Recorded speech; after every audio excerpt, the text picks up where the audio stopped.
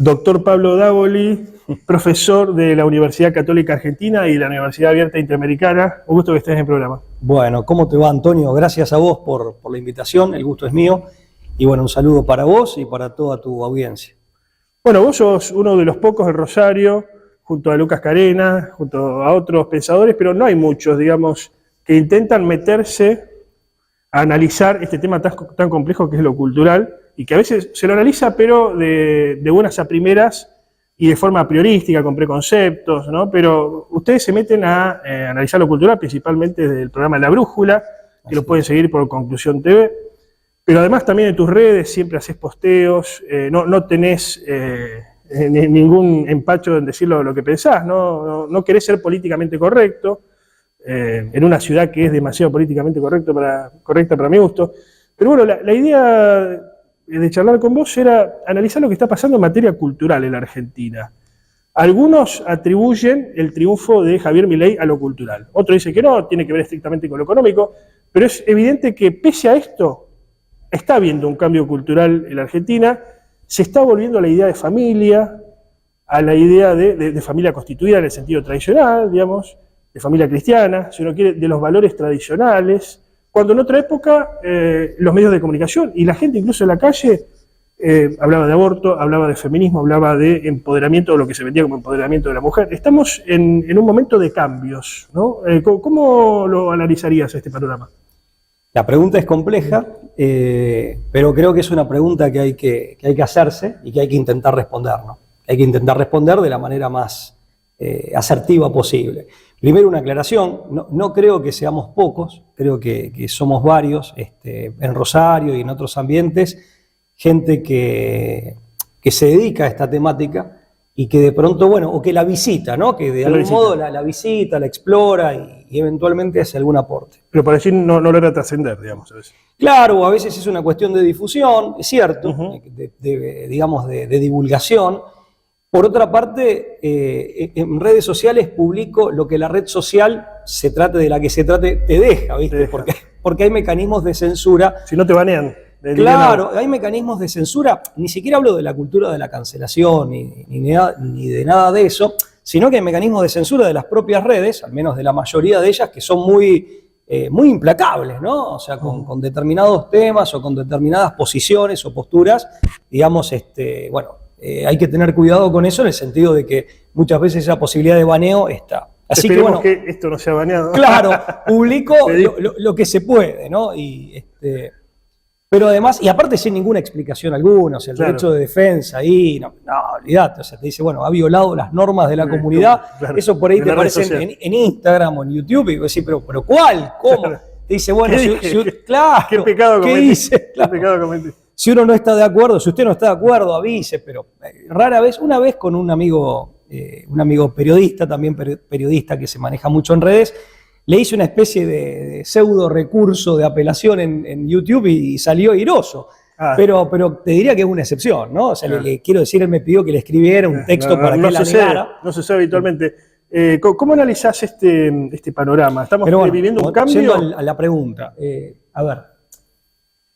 Argentina, viste que es un país muy especial, ¿no? Es un país muy especial y no es porque lo digamos nosotros, sino que muchas veces, por lo menos a mí me ha pasado esto, gente que nos conoce mucho, de España, de Italia, que son los países de Europa con los que más contacto tenemos y que más nos conocen, y que en general nos quieren, aunque muchos piensen lo contrario, no, creo que en general nos quieren, nos aprecian, pero también de nuestros hermanos de Hispanoamérica, te lo dicen ellos, ¿no? Sí, Argentina es un país muy, muy especial. Con una enorme singularidad, sin dejar de ser por esto un país hispanoamericano, que tiene su madre patria en España, que tiene también una referencia importante en Italia, o sea, digamos, y un ascendiente importante en Italia. Ahora, dicho esto, creo que hay momentos y hay una suerte de ciclos. Más que cambio, me parece que hay determinados ideales o determinados principios, determinados valores que son muy caros al corazón, al alma del pueblo argentino, al corazón de los argentinos, que nunca se terminaron de ir. Y creo que muchas veces buscan lugares de refugio, ¿no? Yo, por ejemplo, considero que las expresiones de tipo, por así decir, patrióticas y nacionalistas. No sé, cuando ganamos el Mundial en 2022, en el fútbol, por ejemplo, el fútbol funciona como caja de resonancia. El fútbol, me refiero al seleccionado nacional, funciona como una suerte de caja de resonancia o de trinchera del sentido de patria, del sentido de la identidad nacional, y no solo del sentido, sino del sentimiento patriótico. A veces un poco extralimitadamente hasta chauvinista, digamos, ¿no? Sí, pero porque también es cierto lo digo en el sentido de que nos acordamos, somos argentinos y vamos a Argentina el día que ganamos algo. Es que tal vez porque en ningún otro ámbito te lo recuerden. Por eso digo que tal vez se refugia ahí y tal vez ahí adquiere ciertas expresiones que de pronto sí son un tanto rústicas o a veces un tanto, como bien dijiste, sobreactuadas, exageradas. No, te soy honesto, no creo que sea un acting, ¿eh? No creo, mi modesta opinión, pero bueno, es una modesta impresión que tengo como ciudadano argentino. O sea, me da la impresión que es algo muy genuino, que sí muchas veces se expresa no de la mejor manera, o podría tener mejores expresiones, pero encuentra en el fútbol una suerte de ámbito de refugio y al mismo tiempo de trinchera, donde hace caja de resonancia y se expresa ahí. ¿Pero por qué? Porque también es cierto que ese mismo sentido y al mismo tiempo sentimiento no ha tenido la posibilidad de expresarse en otros ambientes y de impregnar otros ámbitos. Pero ese deseo está. Y en definitiva, esa tendencia y ese, este sentimiento, no solamente es un sentido, es un sentimiento, también está. Lo mismo creo que pasa con el sentido de familia. En cuanto a expresiones políticas, cambia, ciertamente, pero uno puede advertir que ese sentido de patria... Creo que hiciste una buena distinción de pronto en lo que muchas veces es el discurso mediático hegemónico, o ciertos discursos que se tornan circunstancialmente hegemónicos, de lo que realmente refleja o expresa el sentir y el pensar del común. Hegemónico en el sentido de Gramsci, digamos, ¿no? Hegemónico en el sentido de Gramsci, sí. Claro, que lidera... Y que es superestructural. Claro. En un sentido no marxista, pero sí en un sentido de que, en definitiva, es de élite, por así decir, en el sentido de que no responde o que es perfectamente distinguible y diferenciable de las ideas y de los sentimientos del común de la gente, que son quienes constituyen el pueblo y el grueso de la comunidad. Bueno, es interesante este concepto, porque la batalla cultural... Y de élite que no está consustanciada con ningún pueblo en particular, sino que es más bien, más bien internacionalista, por así decirlo, cosmopolita. Diste en el clavo con la palabra hegemonía, porque los de la batalla cultural, ¿no? Los principales adalides, a diferencia de otros que surgieron durante el macrismo o no, pero que eran bastante políticamente correctos, estos pensadores de la batalla cultural, después vos me dirás si este movimiento cultural es culpa de ellos o responsabilidad de ellos, o tiene que ver con que haya ganado Milei y después se sumaron. La cuestión es que ellos dicen, vamos a dar la batalla, vamos a tratar de ganar la guerra y vamos a ser hegemónicos, en el sentido gramsciano del término, ¿no? Vamos a disputarle la hegemonía a la izquierda, al gramscianismo o al marxismo cultural como se lo veía. A ver, mirá, fíjate, ese tipo de contradicciones también hacen a la singularidad argentina, ¿no? Si vos te pones a pensar, la Constitución Nacional de 1853, al decir de Sagüez, el techo ideológico, o sea, la fuente de inspiración ideológico-doctrinaria principal, si bien un poco morigerada por el catolicismo social de la época y de muchos próceres, pero lo cierto es que el techo ideológico principal o la fuente de inspiración ideológico-doctrinaria principal era el liberalismo.